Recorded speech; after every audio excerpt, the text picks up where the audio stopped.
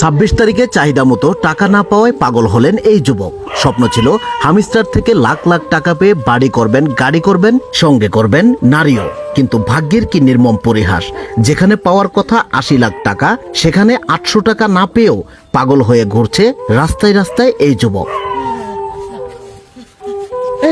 চলো না কে এমবি শেষ এই এমবি বলুন আমার এই মোবাইল এমবি ভরে দেন জুতা এমবি ভরা যাবো না তাহলে জুতা দান আমার এমবি ভরে দেন আর জুতা এমবি ভরা যাবো না দান আমরা দান জুতা এমবি ভরা যাবো না দান। শুধু তাই নয়, হামিস্টারের সেই টেপ টেপ করার ঘুরও যেন কাটেনি এই পাগলের। অবশেষে মোবাইল না পেয়ে কুড়িয়ে পাওয়া জুতাকেই যেন মোবাইল হিসাবে ব্যবহার করছে এই পাগল। এটা চলতেছে